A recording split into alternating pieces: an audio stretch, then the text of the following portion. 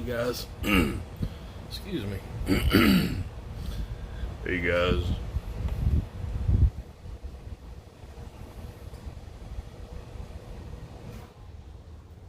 this is going to be another little talk on the Faith Chat Friday discussion that's going on. This one may sound a little preachy. If you're not interested, it's not going to bother me if you take off.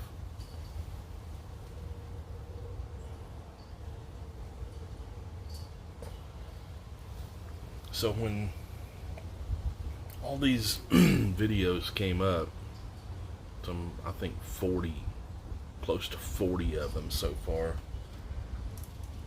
you know, they all had their unique take on it, and they were all very good. I mean, every one of them I watched all the way through. Including mine. But there was something missing, and it may be that we just haven't crossed that threshold yet. I'm about to cross it. Creators Design Pipes made a video, kind of a secondary follow-up video,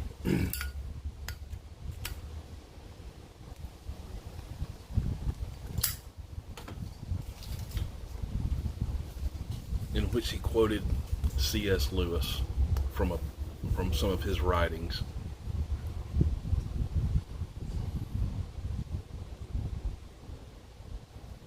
That kind of spurred me. It's like, well, I have some favorite writings as well. Maybe I'll do one of those.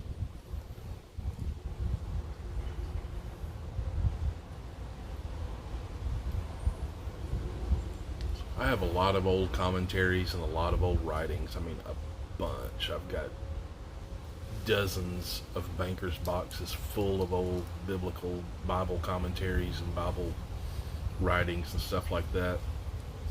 Literally hundreds.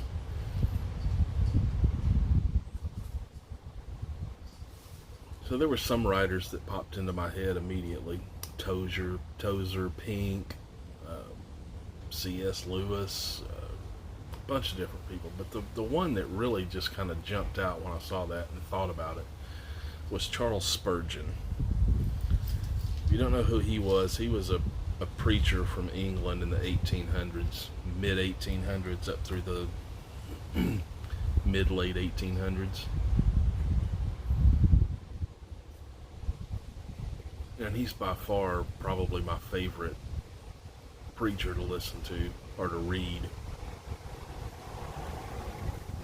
I used to go on his the website, and it's got a collection of everything he ever did.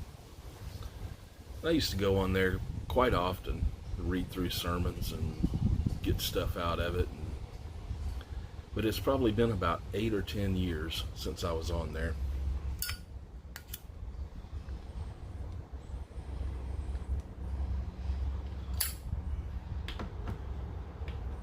And before I go on, a few people mentioned in their videos talked about the phenomenon of it's a God thing. You know, I don't care for that term just because it doesn't sound right to me. A thing that God causes to happen, a God thing. I feel like this is one of those moments. So Creators Design did that video which pushed me to go to the Spurgeon website, which I haven't been to in years, like I said. I clicked on it. The sermon of the day, that particular day, which was delivered in 1876. It's 143 years ago, which I had not run across before. The sermon of the day was titled, "Lovest Thou Me?"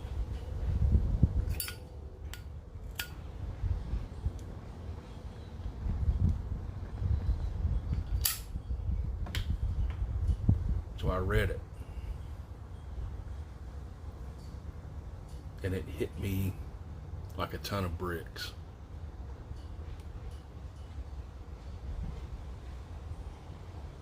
There are thousands of sermons on that website.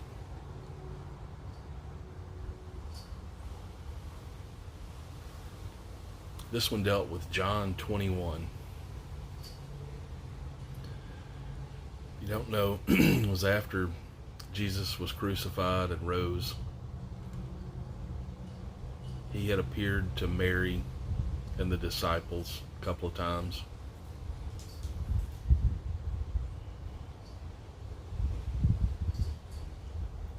Peter and several of the disciples were out fishing.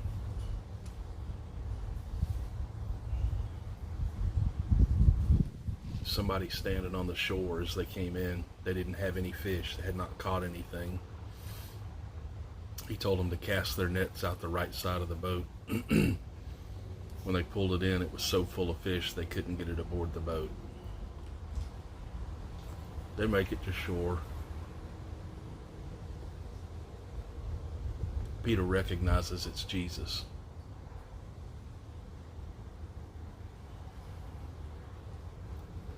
If you don't know a lot about Peter, he was, let's call him one of the insiders. He was one of the chosen.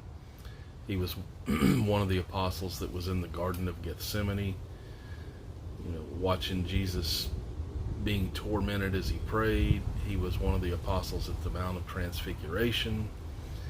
He argued with John about who loved Jesus more. He argued, he claimed he was, he would never betray Jesus. Jesus told him he would 3 times. He said, "You'll deny me 3 times." Well, he ended up doing that. But the Bible often talks about Peter, and it often says the apostle whom Jesus loved. I don't doubt that he loved them all, but it doesn't say that when it refers to most of them.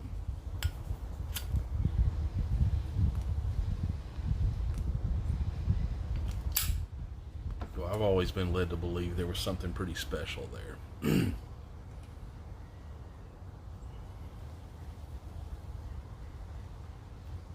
Peter comes on shore.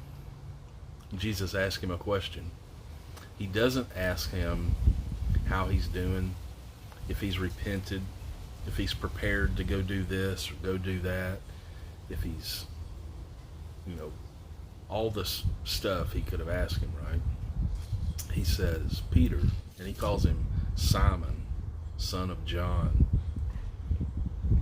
his pre-conversion name, ostensibly to remind him of where he came from.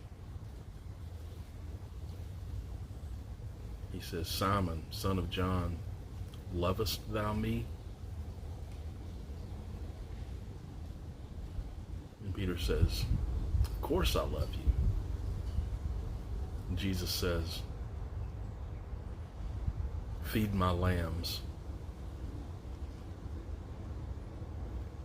Then he says, Simon, lovest thou me?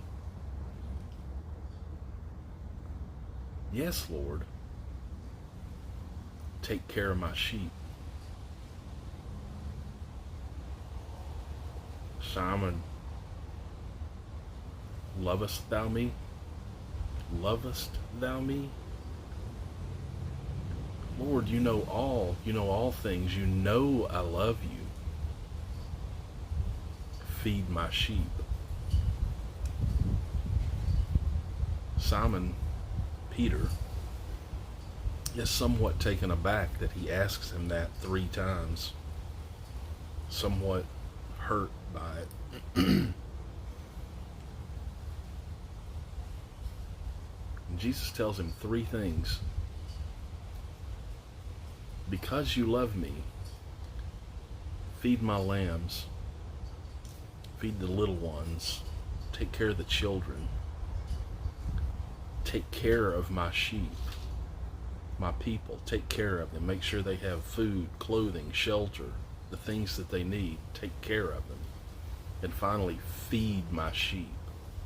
Don't feed them fish and loaves and whatnot. Feed them the Word of God. Minister to them. And then he tells him to follow him.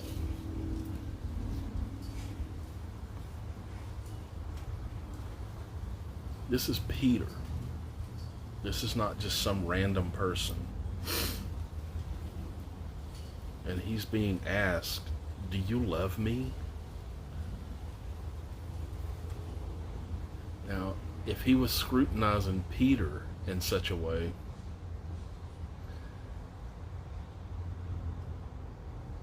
it only makes sense that that same question should be asked of all of us who call ourselves believers, followers, from the greatest preachers, Charles Spurgeon, Billy Graham, whoever,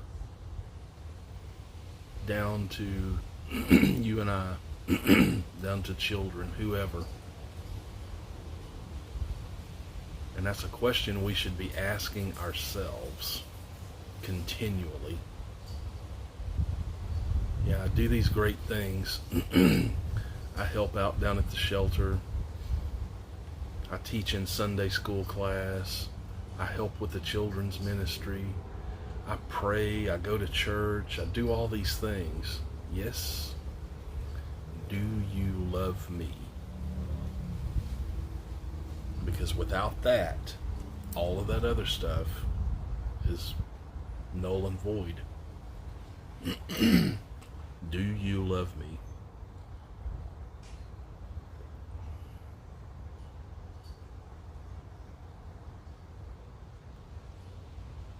And if you do, then you need to do these things that I've asked of you.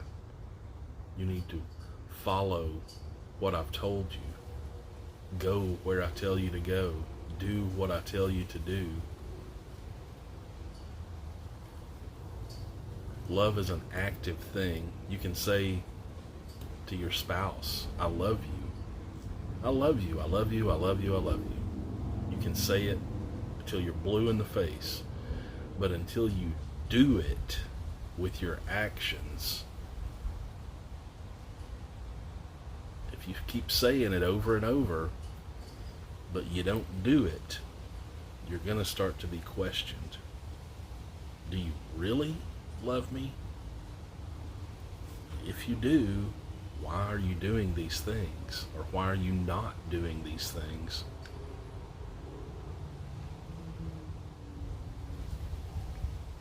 And when I read that sermon, I'm going to link to it. I'm going to put a link to that sermon down below. It might not show up until I can finish uploading this video and go back in and cut and paste it. But it'll be there eventually, so go back and check it out. But when I read that, I felt like it was talking to me directly. It wasn't an accident that I found that particular sermon on that particular day after seeing that video.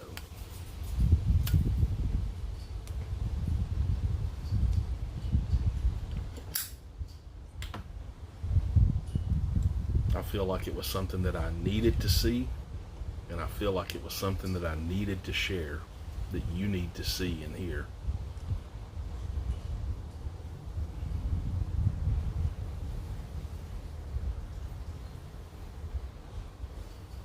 So, I would just say, regardless of who you are and what you believe, ask yourself that question. Do you love me?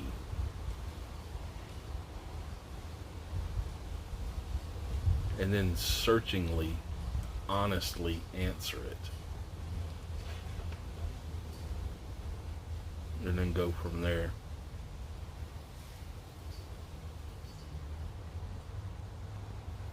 But don't forget to keep asking yourself that question. It's very easy to think, oh, I'm a Christian, I'm good, everything's fine.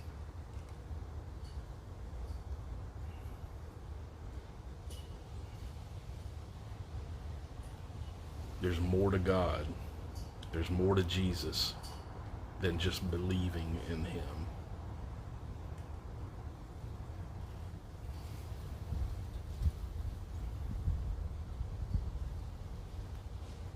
I love you guys. This is from the heart. I hope it touched you the way it touched me. I hope you get something out of it. Go check that sermon out.